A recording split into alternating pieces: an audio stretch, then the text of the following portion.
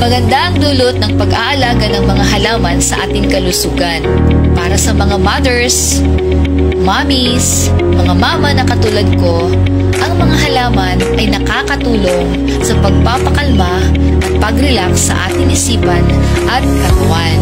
Sa pag-aalaga ng mga halaman, mababawasan ang stress na minsan ay magdudulot sa atin ng anxiety o ang pagkabalisa na kung hindi maagapan ay magtuloy-tuloy sa depresyon o ang matinding kalungkutan.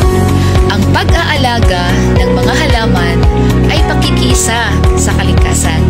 Dahil dito ay malalasap natin ang saya, kaya magkakaroon tayo ng wastong pag-iisip at gagawa tayo ng tamang desisyon.